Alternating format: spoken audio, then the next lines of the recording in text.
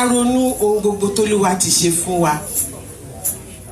Olórin yìí tilẹ̀ wípé tá bá mọnú rò á lè mọ bá ṣe máa dúpẹ́. Ẹ jẹ́ ká ronú wa ká dúpẹ́ lọ́wọ́ Ọlọ́run fún àwọn ohun gbogbo t'Olúwa ti ṣe fún wa, fún àṣeyọrí tí a ṣe lọ́sẹ̀ tó kọjá, fún ọ̀sẹ̀ yìí tí a tún rí láyọ̀ àti àlàáfíà, fún àkókò ìnígbésí ayé àwọn ọmọ wa tí ó mú wọn rí òpin ìsinmi láyọ̀ àtàlàáfíà. Ẹ jẹ́ ká ronú, ẹ jẹ́ ká dúpẹ́. Àdúrà.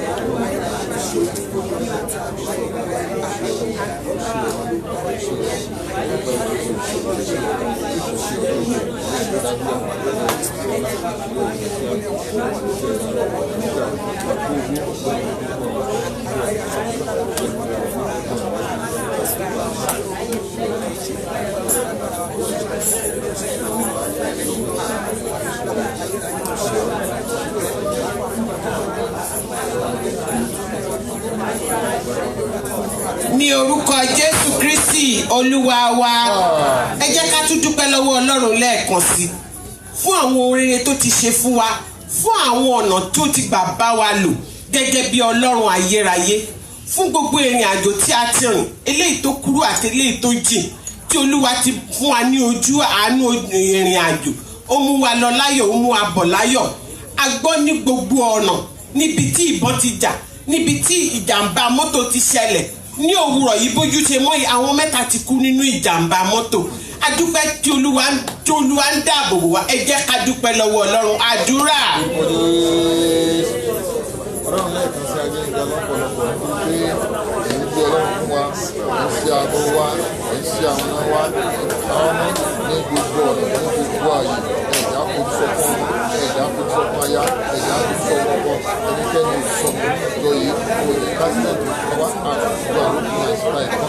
Ọlọ́run ló ṣeun ìwà àwọn adarí ìjọ ìwà àwọn ìṣòkò ọ̀nà olùdarí jẹ́ ìrẹ́pẹ̀lẹ́sì àwọn ìdásílẹ̀ àwọn yoga lọ́pọ̀lọpọ̀ láti fi ìwé ìgbéyàwó ìgbéyàwó wa láti gba ìgbéyàwó ìgbéyàwó ní ìgbéyàwó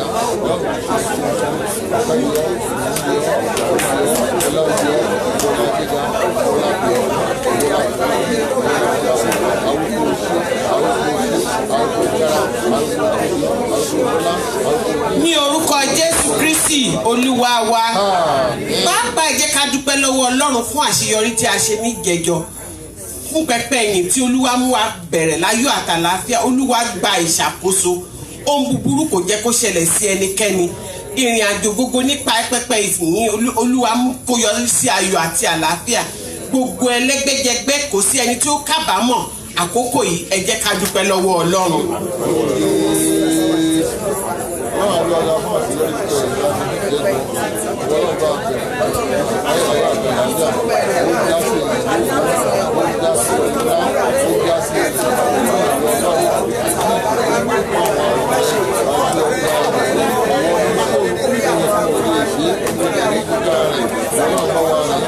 Ní orúkọ Jésù Kristi Olúwa wa. Ẹ jẹ́ ká bá burúburú níwájú Olúwa. Ẹ jẹ́ ká lọ tọrọ gbogbo ìdáríjì fún gbogbo ẹ̀ṣẹ̀ wa, gbogbo ọ̀nà tí a ti gbà mú ojú ògo Olúwa bínú. gbogbo ọ̀nà tí a ti ṣẹ̀ sí Ọlọ́run ẹlẹ́dàá wa ẹ jẹ́ ká jẹ́wọ́ ẹ jẹ́ ká tọrọ ìdáríjì ẹ̀ṣẹ̀ àdúrà.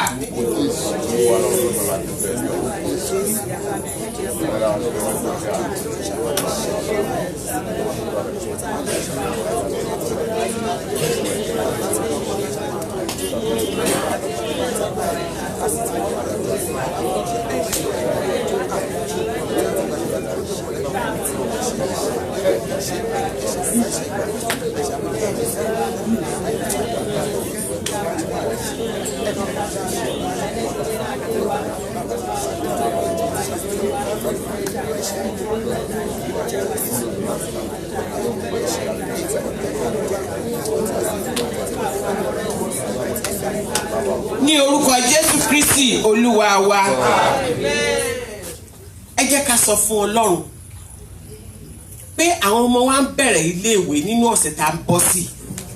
Ẹ jẹ́ ká fi wọ́n lé Olúwa lọ́wọ́ pé Olúwa tó mú wọn gba ìsinmi tí wọ́n sinmi láyọ̀ àtàláfíà tí ewukéwu kò wú wọn bí wọ́n ti bẹ̀rẹ̀ iléèwé wọn ní gbogbo ọ̀nà ní gbogbo ìhà tí àwọn ọmọ wa wà tí wọ́n bẹ̀rẹ̀ iléèwé. Ẹ jẹ́ ká fi wọ́n lé Olúwa lọ́wọ́ kí ọwọ́ Ọlọ́run kó wà lára wọn kí ààbò Ọlọ́run kó dájú lórí wọn àdúrà.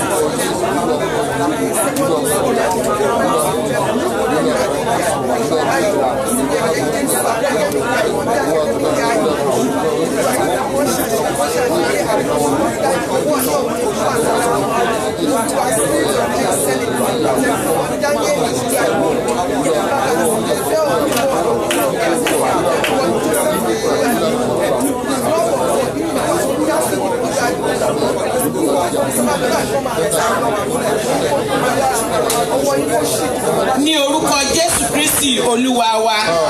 Ẹ jẹ́ ká fi ara wa lé Olúwa lọ́wọ́ gẹ́gẹ́ bí òbí ní àkókò yìí.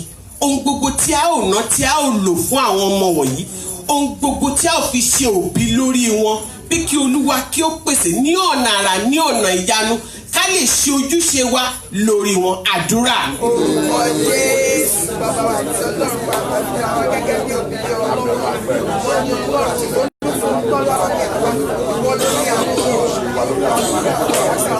ọmọ òye àgbẹ̀sọ̀rọ̀ wa tí a ó lò láti tọ́jú wọn láti tó wọn sí ọ̀nà Ọlọ́run tó bá wọn ní orí àtàwọn wa gẹ́gẹ́ bí òbí Ọlọ́run wa ojú láti ti wà àwọn ọmọ wa nínú ọ̀nà àti ìlú wa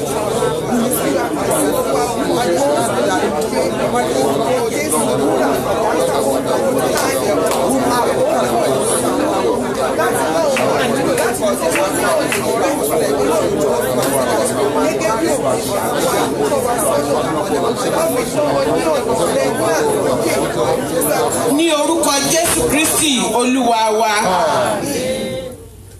Ẹ jẹ́ ká rán Ọlọ́run létí lẹ́ẹ̀kan sí nípa àwọn ènìyàn wa tí wọ́n wà ní orílẹ̀-èdè yìí tí wọ́n ṣe ń wojú Olúwa síbẹ̀ pé kí Olúwa kí ọwọ́ Ọlọ́run kí ó wà lára wọn kí ọwọ́kọ́wọ́ kó má ṣe fọwọ́ kàn wọ́n kí ojúkójú kó má tilẹ̀ rí wọn pé kí Ọlọ́run kí ó gbé ògo Ọlọ́run kí ó gbé wọ̀ wọ́n tó bẹ́ẹ̀ gẹ́ tí wọ́n fi wà ní ìlú yìí ní àlàáfíà kí wọ́n kí ó lè máa fi ayọ̀ sin Ọlọ́run àdúrà.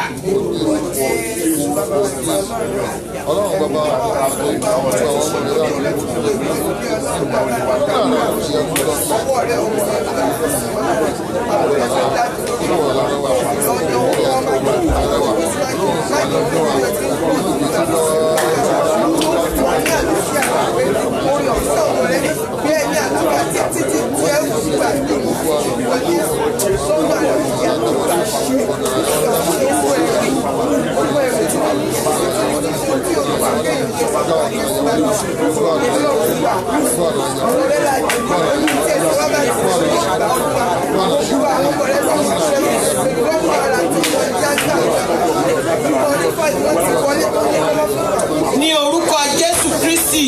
olúwa wa. ẹ jẹ́ kí a rán ọlọ́run létí fún gbogbo àwọn ìlérí rere tí olúwa ti ṣe fún wa pé kí olúwa kí ó mú wọn wá sí ìmúṣẹ kankan. balógun Páṣíà tí ó bá lè wà ní ọ̀nà ní àárín àwa àti àwọn ìlérí yìí pé kí olúwa kí ó mú wọn kúrò. àdúrà.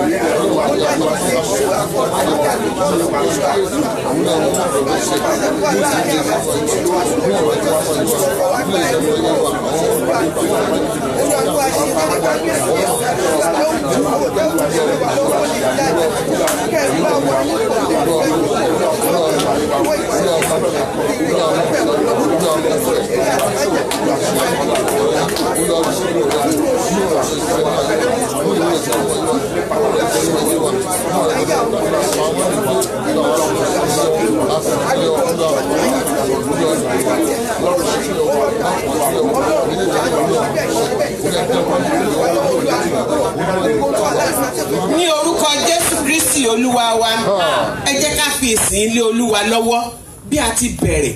Kí olúwa kí ó jọba, ó ti wà ní ìka tó débí pé kí olúwa kí ó gbé gbogbo wa wọ̀, gbogbo àwọn ọmọ ọlọ́run tí olúwa yóò lò, kí olúwa ti inú wọn dénú wa. àdúrà.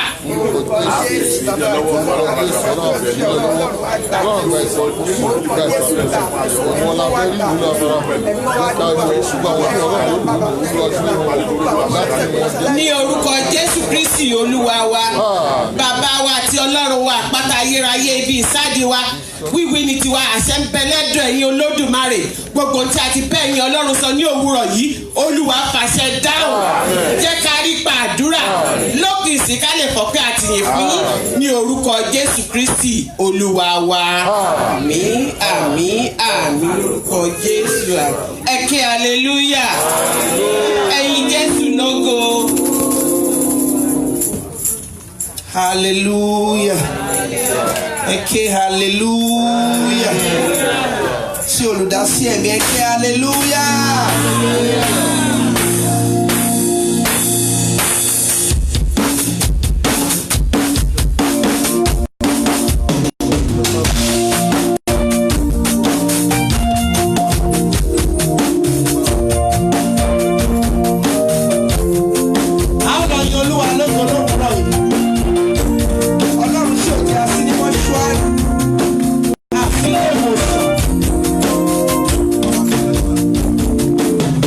Ojú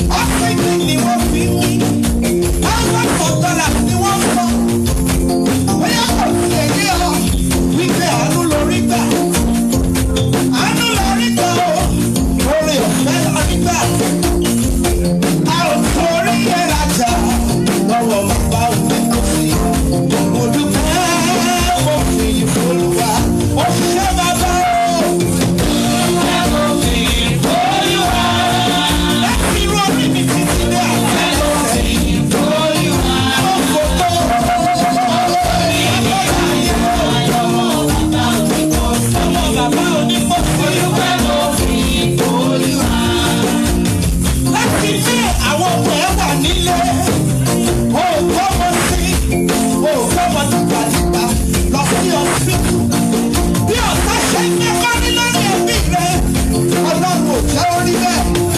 Ó jáde láyọ̀. Ó wọlé láyọ̀. Ọlọ́run tó fà ọmọ Ísírẹ́lì mọ́. Ó fà ọmọ tẹ̀mítẹ̀mí tilé-tilé tọmọtọmọ. Hallelujah. Ó tó oníwà lájà lọ́wọ́ bàbá òní ti sí. Mo dúpẹ́ mo fi ìfọlùwà. A dúpẹ́ ò bàbá.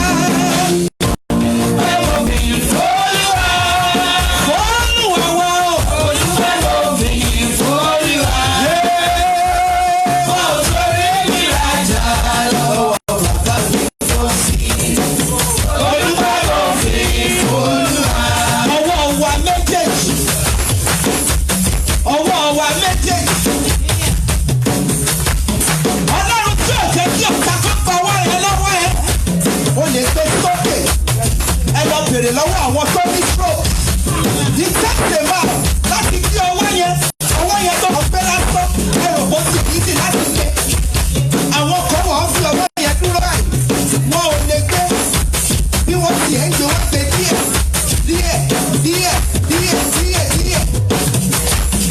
Oh, be thou exalted, Emmanuel, be thou exalted,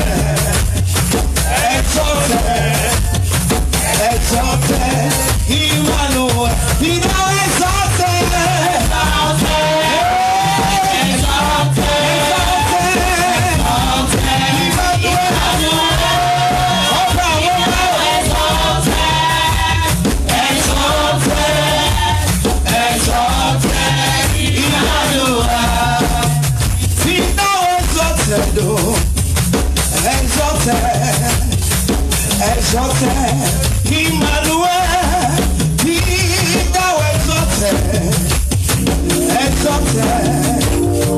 exalted, Emmanuel, be thou exalted, Emmanuel, be thou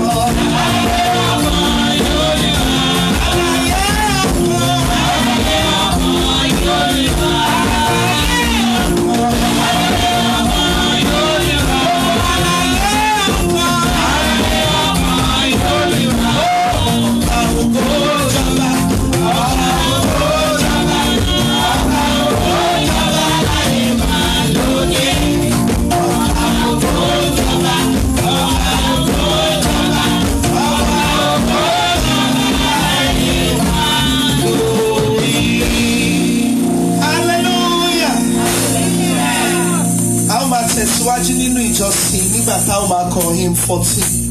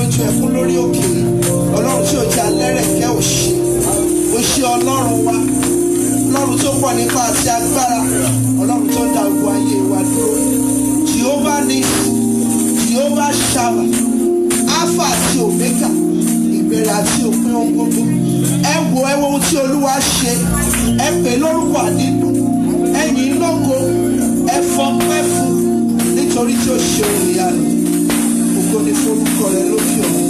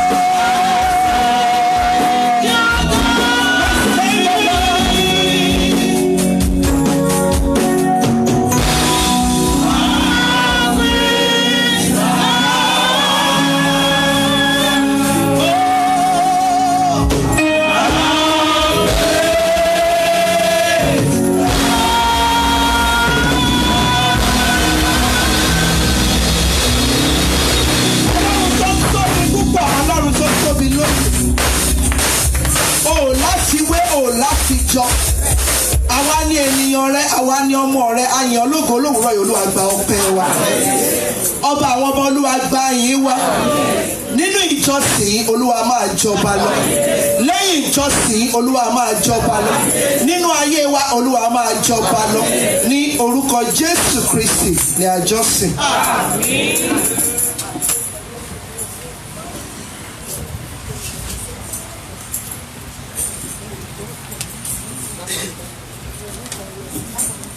Eke hallelujah. Eke hallelujah. Adúpẹ́ lọ́wọ́ Ọlọ́run ọba tó dá ẹ̀mí wa sí di ọjọ́ òní tí ṣe ọjọ́ Olúwa kejì nínú oṣù kẹjọ ọdún 2018. Ògo ni fún orúkọ rẹ̀. Ló wá pa àwọn wa mọ́ dá wọn sí. Ó ṣe wọ́n ní ọmọ rere. Akíwa kó àbọ̀síwájú lọ lówùúrọ̀ yìí. A sì gbàdúrà wípé gbogbo ìbùkún tí ń bẹ nínú ìjọsìn tí ò ní lórúkọ Jésù yóò jẹ́ ìpín wa. A ó sì máa yọ̀ lọ sí ilé. Ògo ni fún orúkọ Olúwa.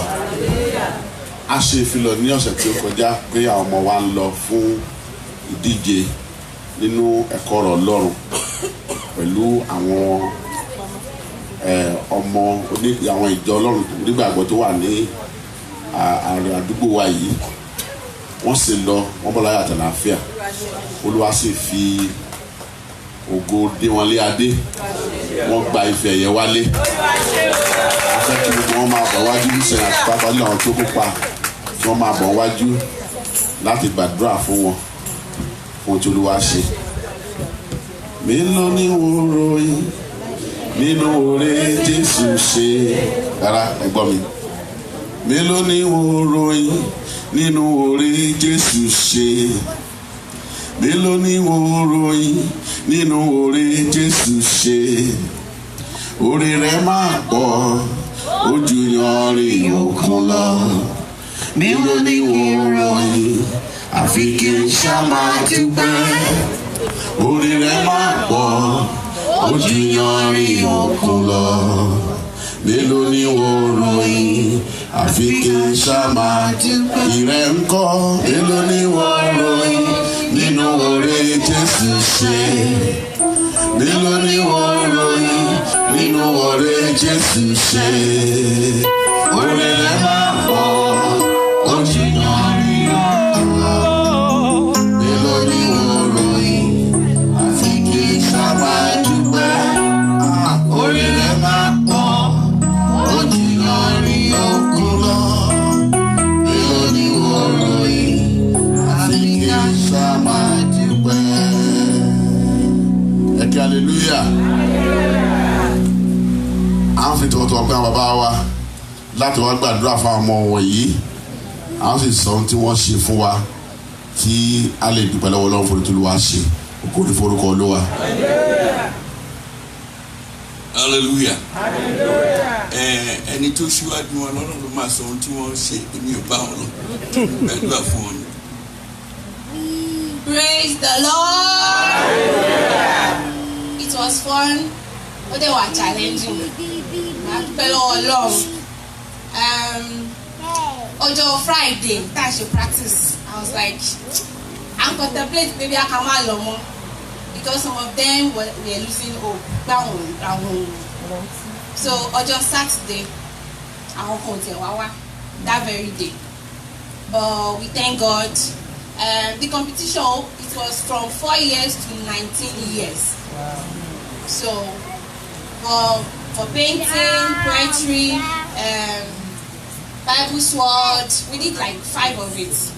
But we give God the glory because last year I was not happy. We went for the competition. Àwọn kan tún mọ̀ wá that last year. But a dúpẹ́ lọ́wọ́ Ọlọ́run. For the painting, I got second. Hallelujah. Mo rántí pé ìgbà táwọn ọmọ yẹn ṣe wọ́n láwọn ò ṣe mọ́ pé painting yẹn ti pọ̀ jù. But I was just there that you just have to do it. Pé ọdún yìí o, a máa pín kankan lọlé. So mo ṣàdúró tí wọ́n, they were able to do it. Ìgbà tó máa porúkọ wọn gan, àwọn kò believe pé wọ́n porúkọ ẹ̀ tún wẹ̀yìn. But thank God, And for the sword, Agbe third, we are supposed to have first, second. It was challenging. And after medium, let's encourage. It's not for just our 13, 12. Yesterday, we have a lot of youths here. Children department, we are nurse baby, but we are trying. I will be there. We'll get there in Jesus' name. Amen. So we encourage our youth too. I want to come and join us. So we give God the glory and thank God for what He has done for us. Praise the Lord. Specifically, there were two of them, Victoria Fawali and Ebu.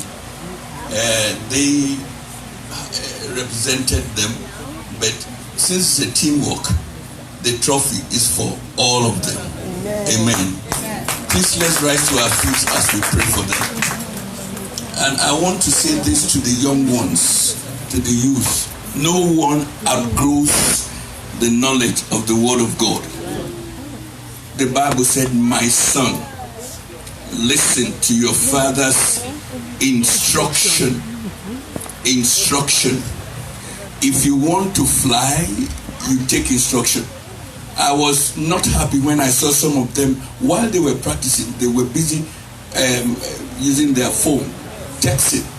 Text will not take you nowhere without God. We are all listening to the news when those who accompanied President Obama to South America messed up. They had intellect, they had security clearance, but they did not have the Word of God, and they were dismissed from the service. Nothing will take you anywhere uncontestable than the Word of God. It will elevate you and it will not bring you down. Amen. It exalted David and nobody brought him down. It exalted Daniel. Daniel, for 65 years,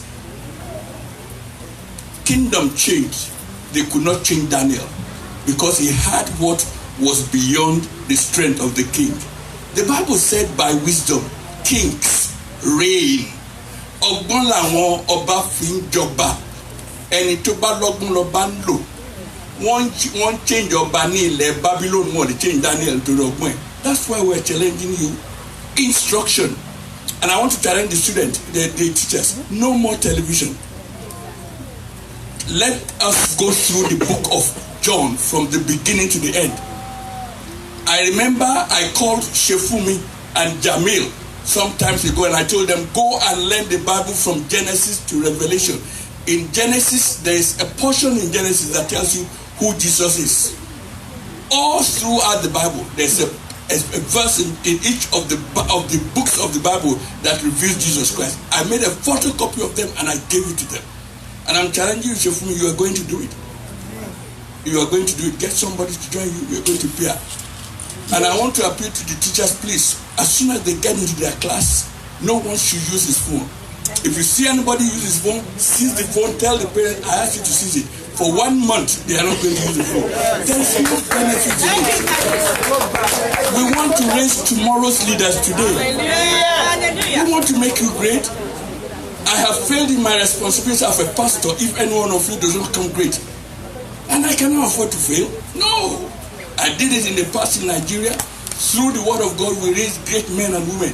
You are going to be great. Amen. In the name of Jesus. Amen. The book of John, from the beginning to end.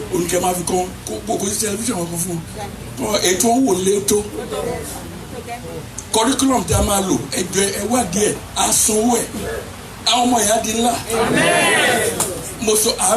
the Lord will make you so great that anyone who look at you will be colorblind.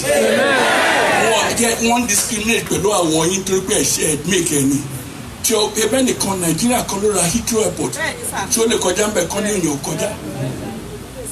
Jack Bedra. Ọlọ́run mo gbé ọwọ́ lé orí mi. Orísun ibi tí a fi oró yà mí sọ́tọ̀. Àwọn àgbà méje ló gbọ́ lé mi, wọ́n ní wọn ò ṣerú ẹ̀rí. Ṣùgbọ́n nǹkan tó lúwa ní kan ṣe ni wọ́n ṣe ń jọ́ náà. Ọlọ́run mo gbàdúrà ìpè síṣẹ́ ìránṣẹ́ ni mo fi súre fún àwọn ọmọ yìí lórúkọ Jésù Olúwa sọ wọ́n di ńlá lábẹ́ àkóso bó tilẹ̀ kórí ẹ ó di ńlá o àti ẹ̀yin tí ẹ wà ń bí àti ẹ̀yin tí ẹ sì ń bí àti ẹ̀yin tí ẹ wà ń oyún àti ẹ̀yin tí ẹ sì wà lọ́rùn lórúkọ Jésù ẹ ó di ńlá nítorí mi ò fi nǹkan mi kún ìpè ẹ ó di ńlá lórúkọ Jésù nítorí pé ọwọ́ tó fa Joseph sókè kó fa yín sókè lórúkọ Jésù ọwọ́ tó fa Dáfídì sókè kó fa yín sókè lórúkọ Jésù ọwọ́ tó fa Daniel sókè kó fa yín sókè lórúkọ Jésù ní orúkọ Jésù Kristi Olúwa wa àmín àmín lórúkọ Jésù àmín. Praise the Lord, praise the Lord, praise the Lord, amen. Ẹ ṣé o. Thank you. God bless you. Congratulations. We're very proud of all of you. Ẹ jẹ́ ká pàtẹ́wọ́ fún wọn bó ṣe ń lọ jókòó. Congratulations. We're very proud of you. Ẹ ké hallelujah. Ẹ ké hallelujah. Àwọn ìfilọ́wà ò yí padà gẹ́gẹ́ bí a ti mọ̀ wọ́n àti bá a ti máa ń ṣe. A fẹ́ fi àsìkò kí àwọn tí wọ́n bá wa jọ́sìn fún ìgbà àkọ́kọ́, first time worshippers and guests. If you are here visiting, àbí Sunday kìíní tẹ́ máa bá wa worship lélẹ̀, ẹ jọ̀ọ́ a fẹ́ kẹ́ ẹ dìde, a fẹ́ mọ̀ yín, a fẹ́ pè yín ká gbàdúrà fún yín. If you are coming, if this is your first time, ẹ jẹ́ ká dìde. Praise the Lord. Praise the Lord. We welcome you, sir. Ẹ káàbọ̀ sáré wa, sir. Kí lorúkọ yín, sir? Wálé Adéníran. Ẹ jẹ́ ká fi hallelujah kan kí wọ́n káàbọ̀ sáàrin wa. Ẹ ké hallelujah. Ẹ káàbọ̀ sí orí òkè Dágundúró Yorùbá Christian Fellowship. Kí ẹ tó lọ, a ó fún yín níwèé pélébé kan kẹ́ rí àwọn dáàdi wa kó fi àdúrà ràn yín lọ́wọ́ ká tún lè máa tẹ̀síwájú pẹ̀lú àdúrà pẹ̀lú yín. Olúwa dúró tì yín o. You're welcome. Discipleship class bẹ̀rẹ̀ ní Thursday, August 15 ní aago 7 fún gbogbo àwọn tí a ṣe ìrìbọmi fún àtàwọn tí wọ́n fẹ́ kópa náà tí a tún máa ṣe ìrìbọmi bákan náà síwájú sí. A fẹ́ kí ẹ fi orúkọ yín sílẹ̀ pẹ̀lú brother Joel.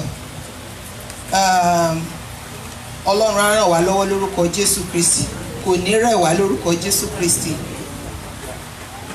A fẹ́ kí àwọn wọ̀nyí kí wọ́n rí àwọn brother wa brother Joel, mama Rosanna Aro, brother Fọláṣeun Ajayi, sister Fọláṣadé Mákànjúọlá, sister Olúwatóyìn Àjàkáyé, sister Dámilọ́lá Ọdẹ́ládé. A fẹ́ kí ẹ rí àwọn a fẹ́ kí ẹ rí wa lẹ́yìn sí àbí kí ẹ rí bàbá àbí brother Joel. Olúwa wà pẹ̀lú wa. A fẹ́ dúpẹ́ lọ́wọ́ Ọlọ́run fún àṣeyọrí tí pẹpẹ ìyìn èyí tí a ṣe ní ọ̀sẹ̀ tí ó kọjá. Ẹ ké hallelujah. Ṣé Kristi ìjọba àbí ò jọba? Ó sì yóò sì máa jọba lọ lórúkọ Jésù Kristi. A fẹ́ dúpẹ́ lọ́wọ́ chairman, deputy secretary àti gbogbo àwọn ọmọ ẹgbẹ́ pẹpẹ ìyìn committee àti àwọn tí wọ́n kópa fún àṣeyọrí pẹpẹ ìyìn ti ọdún yìí. Olúwa túbọ̀ máa wà pẹ̀lú gbogbo wa lórúkọ Jésù Kristi. A rí wípé ní tòótọ́ Ọlọ́run gún wà láàrin wa. A gbàdúrà ìgúnwà Kristi kò ní kúrò láàrin wa lórúkọ Jésù Kristi. A ò jẹ gbèsè kankan nínú pẹpẹ ìyìn ọdún yìí. Ẹ ké hallelujah. Fáwọn tí ò tí ra t-shirt wọn, a sì ní t-shirt pẹpẹ ìyìn. Ẹ rí àwọn màmá wa, màmá Ọláwùnmí. Fẹ́ dúpẹ́ lọ́wọ́ Ọlọ́run gẹ́gẹ́ bí a ti mọ̀ àwọn ọmọ wa wọ́n ṣe dáadáa ti gbàdúrà fún wọn. Mo gbàdúrà lórúkọ Jésù nígbà tá ó wà ní ọdún tó ń bọ̀ gbogbo ẹ̀bùn náà la ó kó wálé lórúkọ Jésù. Gẹ́gẹ́ bí a ṣe ń sọ síwájú sí, Dágundúró lọ sí ìlú Jerusalem yóò ṣẹlẹ̀ ní September 16 títí di September 24, 2019. Owó náà sì ní $2,999.99. Last day tá lè fi sanwó wa is August 15. Tí ẹ bá mọ̀ pé ẹ fẹ́ lọ, ẹ jọ̀ọ́ ẹ jẹ́ kí a sanwó wa ní on or before August 15. Olúwa ràn wá lọ́wọ́ lórúkọ Jésù. A sì mọ̀ wípé ó cover owó flight, hotel accommodation, oúnjẹ tá a máa jẹ, gbogbo bó ṣe máa mú wa káàkiri gbogbo bó ṣe máa gbé wa sínú mọ́tò nínú ọkọ̀ tá ò máa lọ káàkiri a rọ̀ wá ẹ jẹ́ kí a sanwó Olúwa ràn wá lọ́wọ́ lórúkọ Jésù. Ẹ rí bàbá wa Pastor Eri Ọdẹ́nẹ́yẹ fún àwọn tí ó fẹ́ lọ. Àwọn tó bá sì ní US tó bá ní passport US ẹ jẹ́ kí a scan ní data page wa ká fi ránṣẹ́ sí àwọn dádì. Àwọn tó jẹ́ pé green card ni a ní a fẹ́ kí a rí àwọn bàbá so àwọn lè ṣe ẹ̀kúnrẹ́rẹ́ àlàyé fún bí a ṣe máa tẹ̀síwájú. London City prayer night vigil November 22nd. Counseling session máa wáyé ní 23rd. Liverpool service yóò wáyé ní Apostolic Church ní Liverpool Assembly ní November 24th. A fẹ́ kí ẹ rí àwọn màmá àwọn mọ́mí wa Sister Kẹ́mi Adénúsì àti brother Babátúndé Adéyẹmí pẹ̀lú àwọn màmá wa Mrs. Alọ́fẹ́. Ẹ jọ̀ọ́ ẹ jẹ́ ká tètè forúkọ wa sílẹ̀ Olúwa á ràn wá lọ́wọ́ lórúkọ Jésù Kristi. Prayer line wa àdúrà òwúrọ̀ ó bẹ̀rẹ̀ láti ọjọ́ Monday through Saturday 6:30 a.m. títí di 7 a.m. ó dáa kéèyàn jírí Kristi kó sì ké pé mo gbàdúrà lórúkọ Jésù orí ọ̀fẹ́ tá ó fi máa gbàdúrà Olúwa fi fún wa lórúkọ Jésù. Ní ọjọ́ Sunday 6 p.m. a máa ń pàdé lórí ìlà náà Olúwa ràn wá lọ́wọ́ lórúkọ Jésù. Ọjọ́ Wednesday a máa ń pàdé lórí ìlà ní 9 p.m. fún Bible study prayer session ní English language fún àwọn ọmọ wa ẹ jẹ́ ká encourage wọn ọ̀pọ̀lọpọ̀ nǹkan la máa ń kọ́ Olúwa á dẹ̀ ràn wá lọ́wọ́ lórúkọ Jésù. Gẹ́gẹ́ bí àwọn bàbá wa ti sọ kò sẹ́ni tó dàgbà ju ọ̀rọ̀ Ọlọ́run lọ. Mo gbàdúrà orí ọ̀fẹ́ tá ó fi dúró nínú ọ̀rọ̀ rẹ̀ kọ́lọ́run kó fi fún wa. Bó bá kọ àwọn àlàyé mìíràn a ó máa gbọ́ kí ìsìn tó parí. Ẹ ké hallelujah.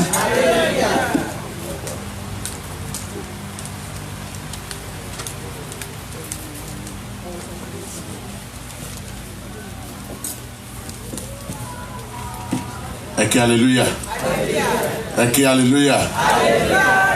A lọ láti lọ mú ìdámẹ́wàá àtọ̀rẹ́ wa wá ẹ jẹ́ ká palọ̀ rẹ̀ wa mọ́ Bíbélì wípé kẹ́nikẹ́ni má ṣe wá sílé Olúwa ní ọwọ́ òfo ohun tá a bùn Olúwa láyọ̀ ló san lè padà fún wa láyọ̀ láwàtà ọlọ́rẹ̀ oníbú ọrẹ òní orísun ìbùkún wa òní ayọ̀ wa òní agbára wa torí náà jẹ́ ká palẹ̀ rẹ̀ wa mọ́ lówùúrọ̀ yìí láti dúpẹ́ fún tolúwa ṣínú ayọ̀ àti ìdámẹ́wàá wa bákan náà. Bí a ti ń ṣe yẹn jẹ́ ká bá Olúwa sọ̀rọ̀ ohun tí a ń fẹ́ lọ́wọ́ Olúwa pẹ̀lú ọrẹ ìdámẹ́wàá yìí. Ayọ̀ ẹlẹ́dàá wa gbé ọ̀gá fún ètò wọn àṣẹ lówùúrọ̀ yìí Olúwa gba ìyìn àtọpẹ́ wa. Àwọn ọrẹ wa nìyí àti ìdámẹ́wàá tí àwọn aṣáájú rẹ̀ lórúkọ Jésù Kristi Olúwa jẹ́ ó ṣe tẹ́wọ́gbà àti àwọn àtọrẹ wa Olúwa yẹ̀ wá sí mọ́ ìdúkúlọ̀ wa má jẹ́ ká fi wọ àìsàn má jẹ́ ká fi ṣẹjọ́ kókó ṣe ọwọ́ wa kó sì gbé wa sókè a ó sì máa yàn títí torí àgbàdua lórúkọ Jésù Kristi Olúwa àti olùgbàlà wa pẹ̀lú ijó àti ànígbà tá a bí akọrin fún wa ní orin a ó máa mú ọ̀dà.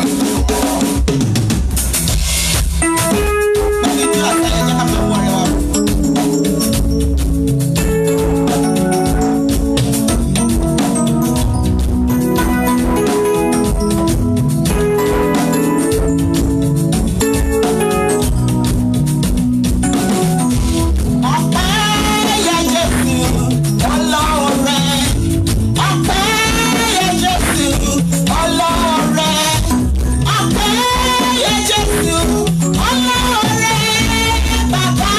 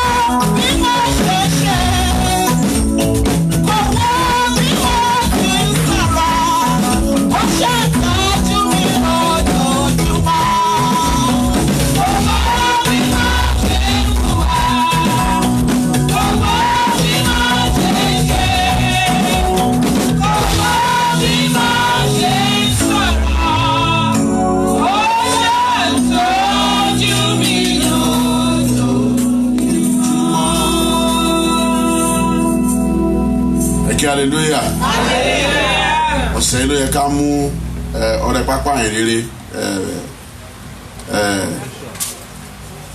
ti missionary offering ṣùgbọ́n ó Olúwa ti fẹ́ nìyẹn jẹ́ ká palẹ̀ mọ́ di ọjọ́ mẹ́jọ yìí Olúwa kó ràn wá lọ́wọ́ jẹ́ ká palẹ̀ mọ́ kó lè pọ̀ sí náà ni ẹni bá dẹ̀ mú tiẹ̀ wá kó dà lé ní ẹni tó bá wá lé ní ọjọ́ mẹ́jọ ni Olúwa kó ràn wá lọ́wọ́ jẹ́ ká gbàdúrà àyànfẹ́ tó mú wa ṣe ní ti ọrẹ Olúwa gbà yín gbogbo ọpẹ́ wa àfẹ́ àwọn náà lọ́wọ́ kó dáwọ́lé kó yà á símọ́ fún lògo rẹ ní orúkọ ti bàbá àti ní ti ọmọ àti ní ti ẹ̀mí mímọ́ ẹ kí hallelujah. Jẹ́ kí a jókòó kí a tó pé bàbá wa tó lọ ayélujára fún alówólọ́ yìí a dúpẹ́ fún ìtẹ̀síwájú nínú iṣẹ́ ìránṣẹ́ Olúwa ní orí òkè yìí Olúwa ràn wá lọ́wọ́ nípa ti ẹ̀mí ògo ni forúkọ Olúwa Olúwa ti pèsè kámẹ́rà fún wa ní pẹpẹ yìí tí a ṣe ní ọjọ́ tí Olúwa tó kọjá yìí ní ọjọ́ kìíní àti ọjọ́ kejì over 2,000 people ló watch program yẹn ní ọjọ́ kẹta it was close to 4,000 over 4,000 ní ọjọ́ kẹta ẹ kí hallelujah. Ògo ni forúkọ Olúwa yìí ni Olúwa fi mí sí àwọn bàbá wa àti gbogbo ìgbìmọ̀ kámẹ́rà kejì tí a nílò Olúwa ti pèsè rẹ̀ bàbá tí tó bá ń ṣe náà ó wà ń bẹ̀ so àwa nílò àwọn ènìyàn ní media department láti lè ràn wá lọ́wọ́ fún kámẹ́rà àti ti console nísàlẹ̀ lọ́wọ́ yẹn à ń fẹ́ ènìyàn mẹ́ta ṣùgbọ́n tá a bá ju mẹ́ta náà lọ torí náà wọ́n tó lọ́wọ́ bá fẹ́ lò àwọn opportunity ni láti ṣiṣẹ́ fún Olúwa kì í ṣe pé but láti rẹ arákùnrin wa rẹ àwọn bàbá wa Olúwa kó ràn wá lọ́wọ́ ẹ jọ̀ọ́ ìbáṣọkùnrin ìbáṣọbìnrin tí ó fẹ́ jọ wa rẹ̀ lọ́wọ́ fún Olúwa ẹ jẹ́ kí a wá síta nísìnyí kí àwọn bàbá wa gbàdúrà fún wa ẹ bá fi lè mi lọ́wọ́ ẹ kí hallelujah ẹ kí hallelujah ẹ kí hallelujah ẹ kí hallelujah.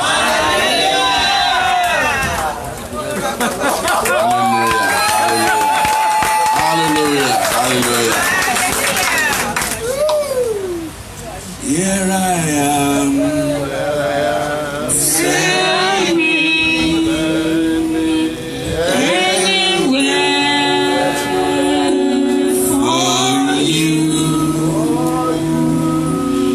When I hear the voice of the Lord, I will sing. Here I am. Send me.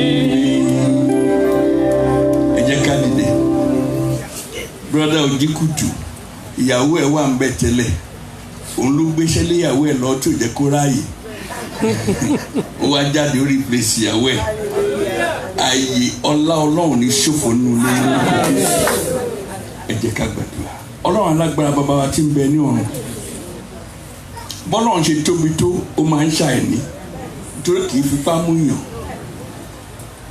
Jésù Kristi ṣàìní ibi tí ó ti wàásù Pétérù yọ̀ǹda ọkọ̀ ẹ̀ fún ó wàásù tán ó ní kí ni àní ìwà arákùnrin ó ní gbogbo òru àná ni mo ti fi ṣe làálàá mi ò rí nǹkan ó ní tí kò báyìí ní ìmí pàdé ó yà tì sí ibú ó sì kó àkókò ẹja nítorí pé ẹ báyìí ní iṣẹ́ ìránṣẹ́ ìpàdé gbogbo nǹkan tí a pè ní ànínú ayé ìkọlù àkóbá pàdé mo gbàdúrà fún yín ẹ ti dáwọ́lé ohun èlò tulẹ̀ ẹ ní bojú ẹ̀yìn a ó jẹ́ ṣiṣẹ́ ìdíbìrì ní orúkọ Jésù Kristi Olúwa wa àmín àmín lórúkọ Jésù àmín praise the Lord praise the Lord praise the Lord gbogbo orúkọ gbogbo yín pátá màá fún Joel lórúkọ yín fóònù nọ́mbà yín mo dẹ̀ mọ́ gbogbo fóònù nọ́mbà yín. Rawale Diakoni Rawale Joel pàdé wọn tí a bá ti ṣòro ọ̀fẹ́ Olúwa kó ràn wá lọ́wọ́ ẹ ṣé o God bless you nísìnyí látọ̀ lọ gbọ́rọ̀ Olúwa ẹni tó lọ ayé lò fún wa náà ní bàbá wa tí Olúwa ń lò láàrin wa bákan náà òun ránṣẹ́ Ọlọ́run Pastor Isaac Oyedemi Olúwa yóò lò fún wa ní òwúrọ̀ yìí ní ká bí Jésù ga gbọ́n tó bọ̀ lórí òkè yìí iṣẹ́ ìránṣẹ́ wọn agbàdo àbí Olúwa kó kókó wa nínú iṣẹ́ ìránṣẹ́ náà.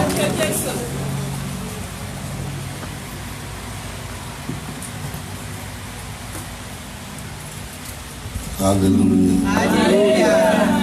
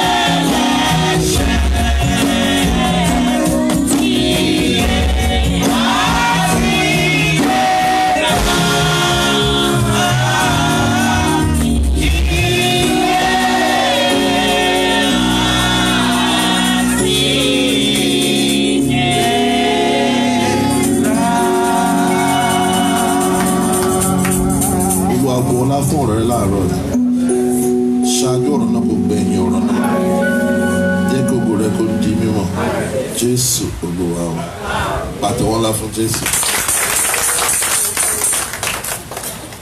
A dúpẹ́ lọ́wọ́ Ọlọ́run fún oore ọ̀fẹ́ tí a fún wa láti wà níbí láàárọ̀ yìí. À ń sọ̀rọ̀ ní kúkúrú lórí àkórí ọ̀rọ̀ tá à ń pè ní wíwó ogun ìpìlẹ̀ tó ní ṣe pẹ̀lú ẹ̀jẹ̀, destroying foundational problem that has to do with the blood. Ọ̀pọ̀lọpọ̀ ìgbà la máa ń gbàdúrà tá à ń gbààwẹ̀ tàdé ń sàndà mẹ́wàá dáadáa tàdé ṣe déédéé níwájú Ọlọ́run bẹ́ẹ̀ ni ogun òye jà wá. Níbi gbé ìgbé ayé mi mọ́ à ń gbé ìgbé ayé wa mi mọ́ à ń sọ ọrẹ à ń ṣojúṣe wa ṣùgbọ́n tó ń jà wá. Hallelujah.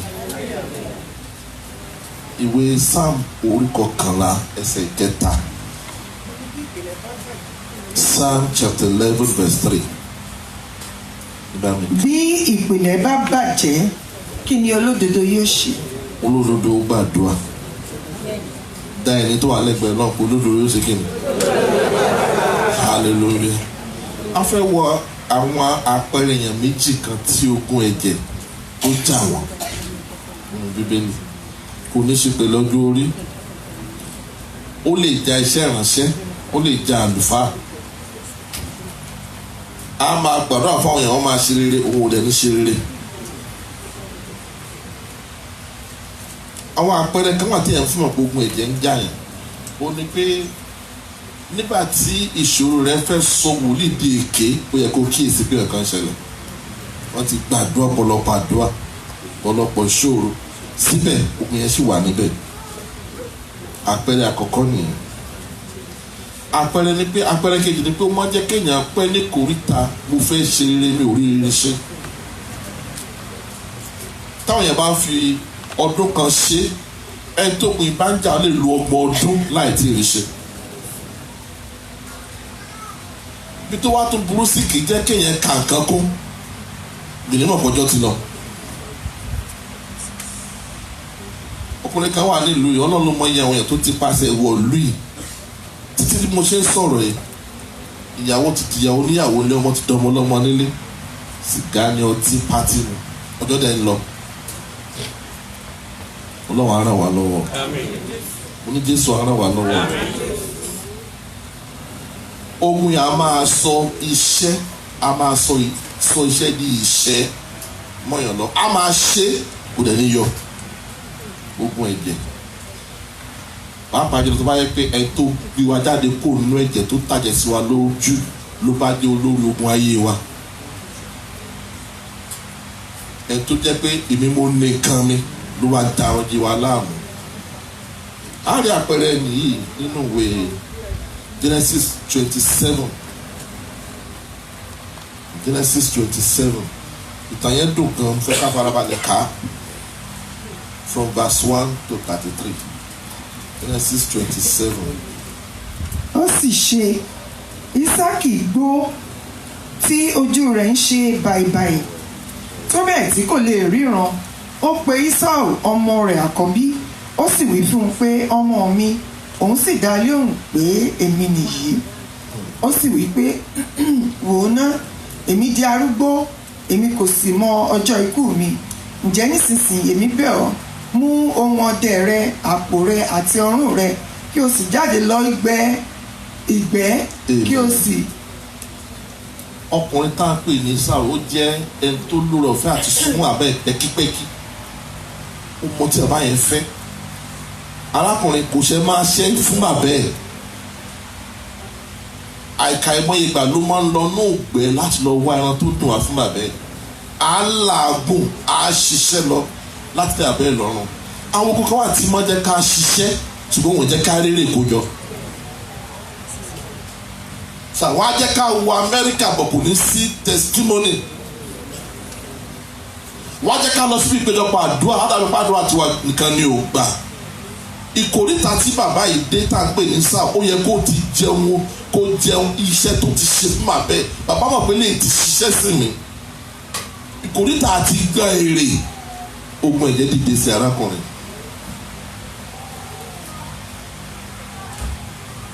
ìkórìtà àti gba èrè fún làálàá tó ti ṣe fún bàbá yẹn ni mo ti dàgbọ́ ọmọ yóò ti sìn mí ó tó àkókò tó máa gba èrè ṣùgbọ́n ogun kan wà nínú ayé bàbá yẹn tó ń bá a jà òun ni ogun inú ẹ̀jẹ̀ ogun ni mo ní nǹkan mi àdàbí tí bá ṣe ń bá bí o ogun àdàbí jà bàbá yẹn ẹ tẹ̀síwájú mọ́ mi.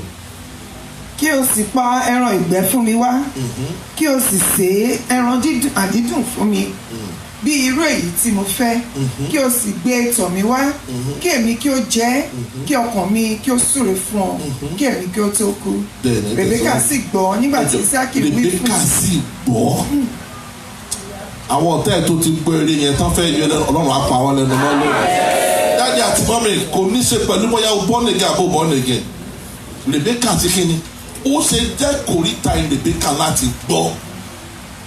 Ta ni Rèbékà ta ni sọ Rèbékà lẹ́ni tó bí ọkùnrin fún oṣù 9 nínú ẹ̀.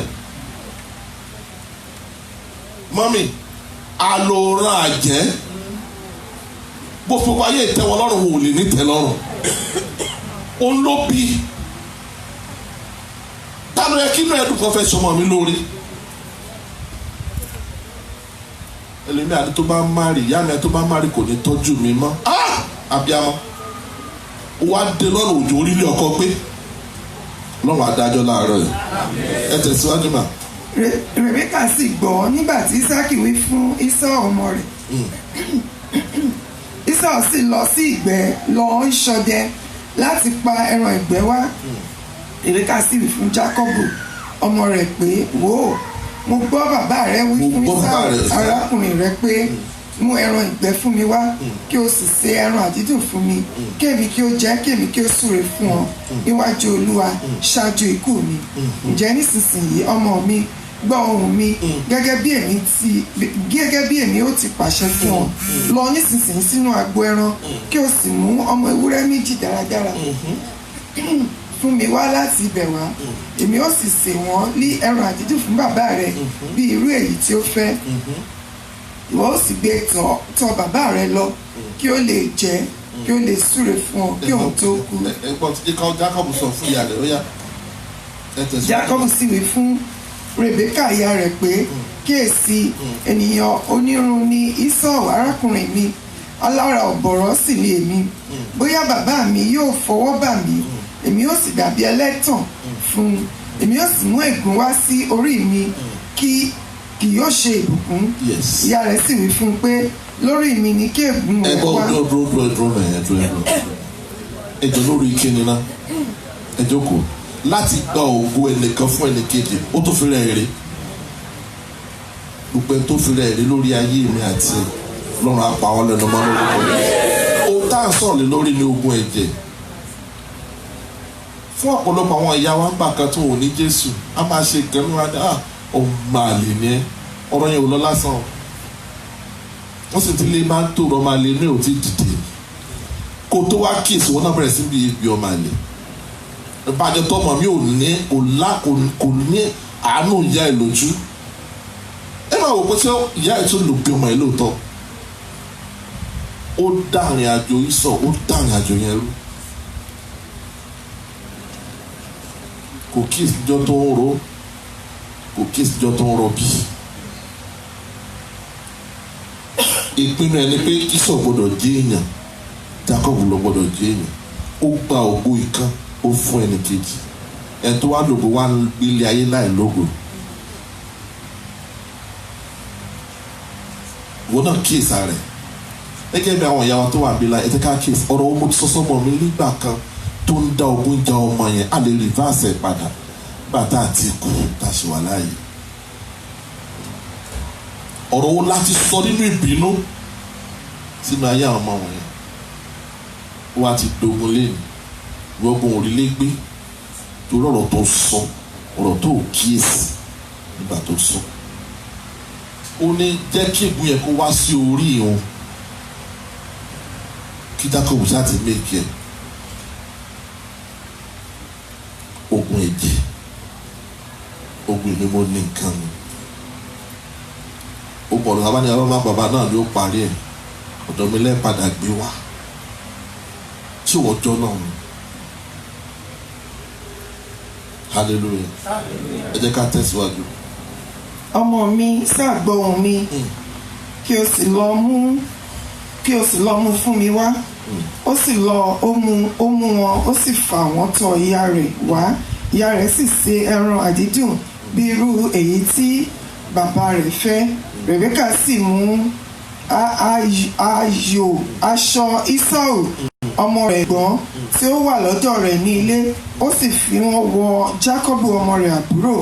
Ó sì fi awọ àwọn ọmọ ewúrẹ́ wọn ní bò ó lé ọwọ́ àti sí ọ̀bọ̀rọ̀ ọrùn rẹ̀. Ó sì fi ẹran àdídùn náà àti àkàrà tí ó ti pèsè lé Jákọ́bù ọmọ rẹ̀ lọ́wọ́. Ó sì tọ̀ bàbá rẹ̀ lọ, ó wí pé bàbá mi, òun sì wí pé èmi nìyí, ìwọ ta ni ọmọ mi? Jákọ́bù sì wí fún bàbá rẹ̀ pé èmi Ísáù àkọ́bí rẹ ni. hallelujah àǹtí ogun yẹn tún máa ń ṣe ni pé máa ń jẹ́ kó lè rí wa fọ́jú láti rí wa. Bàbá Isaac ojú ti fọ́ tójú bá wà ló yẹ ṣiṣẹ́ kó mọ̀ pé ìwọ kọ́ ni sọ ọ̀pọ̀lọpọ̀ ẹni tó yẹ kó ṣe wá lànà gbẹ̀gbẹ̀ wa kọjá àwọn òde rí wa torí ogun yẹn ti fọ́ wọn lójú láti rí wa. mo fẹ́ kó o ronú jinlẹ̀ láàárọ̀ yìí ta ló lè sọ tọ́lọ́run fẹ́ ṣe nínú ayé oníkálukú wa bóyá nìkan lọ́lọ́run rán mi sí láàárọ̀ yìí ogun wo ló ń ja ayé mi ogun wo ló ń ja ayé wọn ó ti ṣe ó ti gbìyànjú nǹkan yẹn sì wà bó ṣe wà. Bàbá ju bàbá ti fọ́ bàbá ní ohun yìí ó ju ohun Jákọ́bù. Ìbùkún wa wo náà ti fi èrú náà ti fi gbàmọ́ wa lọ́wọ́ Ọlọ́run á dá padà lórúkọ Jésù. Ẹ tẹ̀síwájú mọ́ mi. Èmi Ísáù àkọ́bí rẹ ni, èmi ti ṣe gẹ́gẹ́ bí o ti sọ fún mi. Dìde jókòó, èmi bẹ̀ ọ́, kí o sì jẹ nínú ẹran ìgbẹ́ mi, kí ọkàn rẹ lè súre fún mi. Ísákì sì wí fún ọmọ rẹ̀ pé etí rí tí ìwọ ti tètè rí bẹ́ẹ̀ ọmọ mi. Òun sì wí pé nítorí tí Olúwa Ọlọ́run rẹ mú ọkàn mi wá ni. Ísákì sì wí fún Jákọ́bù pé èmi bẹ̀ ọ́ súnmọ́ mi, kí èmi kí ó fọwọ́ bà ọ́ ọmọ mi, bí ìwọ ṣe Ísáù ọmọ mi nítòótọ́, bí bẹ́ẹ̀ kọ́. Jákọ́bù sì súnmọ́ Ísákì bàbá rẹ̀, ó sì fọwọ́ bà á, ó sì wí pé ohùn Jákọ́bù lé ohùn, ṣùgbọ́n ọwọ́ lé ọwọ́ Ísáù. Òun kò sì mọ̀ òun nítorí tí ọwọ́ rẹ̀ ṣe onírun bí ọwọ́ Ísáù arákùnrin rẹ̀, bẹ́ẹ̀ ni ó súre fún. Ó sì wí pé ìwọ ni Ísáù ọmọ mi nítòótọ́, ó sì wí pé èmi ni. Ó sì wí pé bẹ́ẹ̀ ló béèrè mẹ́yìn. Verse 24 only and he said, art thou my very son Esau? Ẹ̀mí yẹn sọ fún pé Esau kọ́ lélẹ̀. Sọ pé tó jókòó tẹ̀bí kò tí ì pẹ́ jù. Bá mi sọ pé kò tí ì pẹ́ jù. Jésù á dá ògo yẹn padà. Ẹ tẹ̀síwájú náà. Ó sì wí pé gbé e súnmọ́ ọ̀dọ̀ mi, èmi ó sì jẹ nínú ẹran ìgbẹ́ ọmọ mi, kí ọkàn mi kí ó lè súre fún ọ. Ó sì gbé e súnmọ́ ọ̀dọ̀ rẹ̀, ó sì jẹ, ó sì gbé ọtí wáìnì fún un, òun sì mú. Ísákì bàbá rẹ̀ sì sí verse 30. Ó sì ṣe bí Ísákì ti parí ìrè ìsú fún Jákọ́bù tán. Tí Jákọ́bù sì fẹ́rẹ̀ máa jáde tán kúrò níwájú Ísákì bàbá rẹ̀ ní Ísáù arákùnrin rẹ̀ wọlé dé láti ìgbẹ́. Wọ́n ti gba ògo yẹn tán. Ó ṣẹlẹ̀ láyé lẹ́nu tí a gba ògo àbúrò, wọ́n á gba ògo ẹ̀gbọ́n, wọ́n á gbé fábúrò. Irú ìyàwó ló jẹ́? Irú ìyàwó ni mo fẹ́ jẹ́? Mọ́mí àti dáadé, ọ̀tá Ísáù kì í ṣe ará àta, ìyá ẹ̀ lọ̀tá ẹ̀. Ẹ tó gbé fóṣù 9 òun ló lórogún ayé bàbá yìí. Ó dẹ̀ dàrin àjò, kò wá dàrin àjò sọ̀ nìkan rú, ó dàrin àjò àwọn ọmọ tí ó jẹ́ ọmọ ẹ̀rú tó tara Ísáù jáde.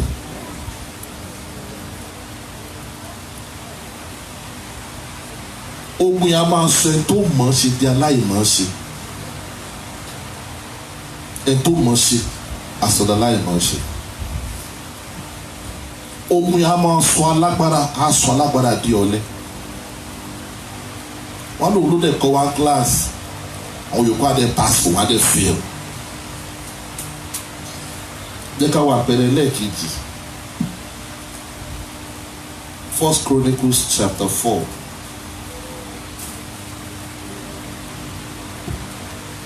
First Chronicles chapter 4. Verse 9 to 10.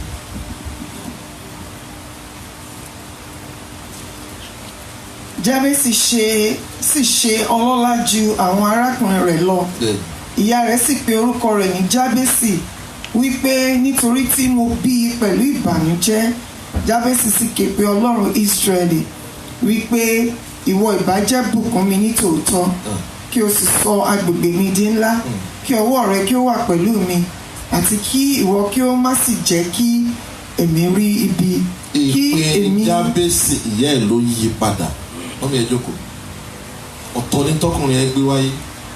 Ìyá ẹ̀ ní ìwọ ọmọ ìbànújẹ́ yẹn.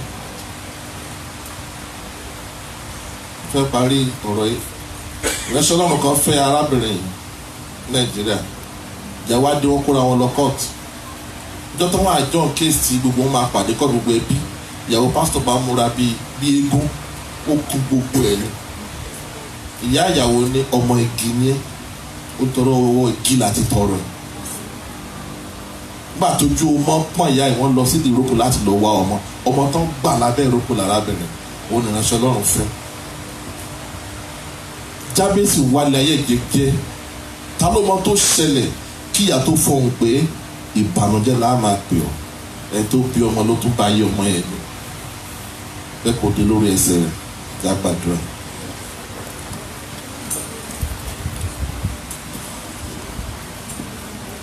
Àdúrà kan tó fẹ́ gbà ni pé níbo ológun yẹn ti ń jẹ ayé mi láàárọ̀ yìí tàbí tó ń jẹ ayé àwọn ọmọ mi.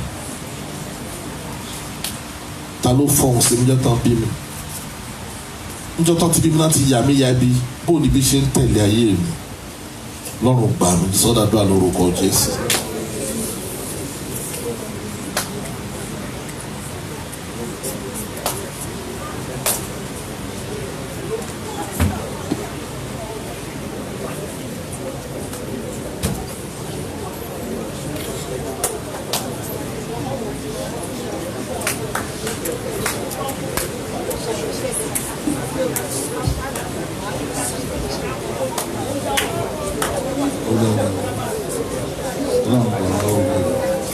Gbọ́ àdúrà Jésù Kristi Olúwa wa. Ọlọ́run agbẹ́yìnga fún àkókò yìí. Ayàn ológun Olúwa gba ọpẹ́ wa. Àdúpọ̀ fún ọ̀rọ̀ tó bá wa sọ àti àwọn àsìní láti túnú ayé wa ní orúkọ Jésù. Olúwa gba ọpẹ́ wa. Ọlọ́run bàbá bẹ̀ ọ́ gbogbo ẹ̀jẹ̀ tó ń jà wá lónìí Ọlọ́run fòpin sí. Olúwa fòpin sí. Àwa ò mọ̀ ṣùgbọ́n ìwọ mọ̀. A ò ní agbára ṣùgbọ́n ìwọ ní agbára. Ó lágbára láti ṣe ohun gbogbo. Ohun tó ti bàjẹ́ ìwọ nìkan ló lè tún ṣe. Ohun tó ti bàjẹ́ inú ayé wa gbé tọ̀ wá lónìí. Olúwa tún ṣe. Olúwa tún ṣe. Olúwa tún ṣe. Bẹ́ẹ̀ni pé gbogbo ẹni tó gbẹ́kẹ̀lé Olúwa ní ojú kò ní ó tì wọ́n. Tó dá gbẹ́kẹ̀lé ìwọ Ọlọ́run. Ohun gbogbo tó ń jà wá lógun ní orúkọ Jésù Olúwa fòpin sí. Ọlọ́run gbọ́ àdúrà. Láti òní lọ ní orúkọ Jésù à ń fẹ́ àtúnṣe ìyàtọ̀ ọ̀túnú ayé wa. Ọlọ́run jẹ́ orí bẹ́ẹ̀. Ògo ni fún Jésù lókè ọ̀run. Jésù Kristi Olúwa wa. Bàbá ìránṣẹ́ rẹ̀ tó lò ní orúkọ Jésù Olúwa tú agbára wọn ṣe. Olúwa tú okun wọn ṣe. Ìfàmúlòyìn ọ̀tún Olúwa dà á lé wọn. Nígbà tí ọjọ́ ìkẹyìn bá dé àtàwọn ní orúkọ Jésù má jáde ní ìtanù. Ọlọ́run gbọ́ àdúrà Jésù Olúwa wa.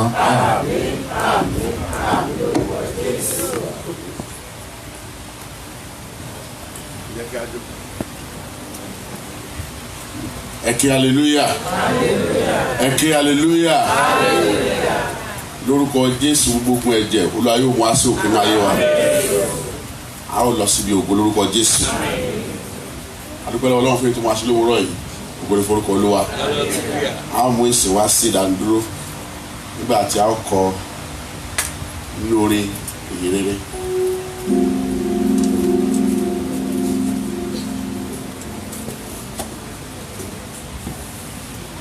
Gbogbo omi tó létí pé pẹ́pẹ́ ìyè ẹ̀rọ ní ìpàdé ní àṣálẹ̀ gẹ́gẹ́ bí ìṣe láti review program gbogbo committee members pẹ́pẹ́ ìyè àwọn ní ìpàdé ní aago 7 lórí àkóró ràn wá lọ́wọ́ ṣe púpọ̀.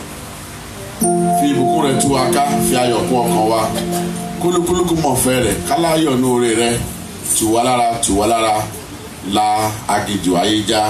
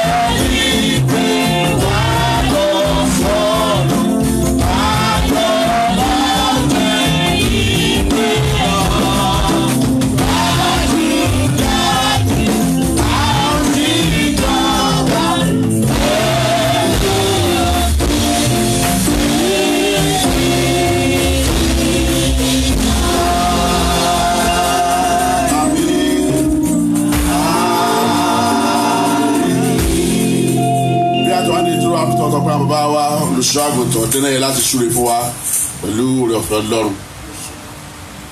Ẹ ṣé gbogbo ẹni tí ẹ forúkọlẹ̀ fún mídíà ẹjọ́ ẹ sáré nínú fún ìṣẹ́jú kan tí a bá ṣe oore ọ̀fẹ́ tán. Mo fi dúpẹ́ lọ́wọ́ Ọlọ́run fún gbogbo àwọn tó ṣiṣẹ́ ìránṣẹ́ lórí òkè lónìí. Ẹ̀bẹ̀ láti orí màmá wa Ọdẹ́nẹ́yẹ àti ẹni tí ó ṣe worship àti ẹni tí ó ṣe filọ̀ àti ẹni tó wàásù. Ẹ rí i pé gẹ́gẹ́ wọ́n bá táìmù 10 o'clock gẹ́gẹ́ ẹ ṣé Olúwa bùkún yín màá kọ́ṣẹ́ lára yín. Hallelujah. Ẹ ṣeun ní ọjọ́ Thursday ẹ jọ̀ọ́ gbogbo ẹnikẹ́ni tó bá fẹ́ jinlẹ̀ sínú ọ̀rọ̀ Ọlọ́run ẹ jẹ́ ká pàdé mi ní aago 7 fẹ́ jinlẹ̀ sínú ọ̀rọ̀ Ọlọ́run a fẹ́ di ọmọ lẹ́yìn Jésù Kristi discipleship class la pé Olúwa gbàdúrà wa ǹjẹ́ kí o rọ fẹ́ Jésù Kristi rọ fẹ́ mọ́ ti Ọlọ́run ìdàpọ̀ tẹ̀mí mọ́ kó bá gbé láti sìn àti títí láéláé àmín àmín lórúkọ Jésù àmín hallelujah mẹ́ta o hallelujah hallelujah hallelujah ẹ̀yin Olúwa lógo. Lẹ́yìn bí ìṣẹ́jú 15 a ní ìsìnlédè Gẹ̀ẹ́sì ẹjọ́ ẹ jẹ́ ká dúró àwa tó kàn àti ẹni tó bá fẹ́ darapọ̀ mọ́ wa ẹ ṣé o.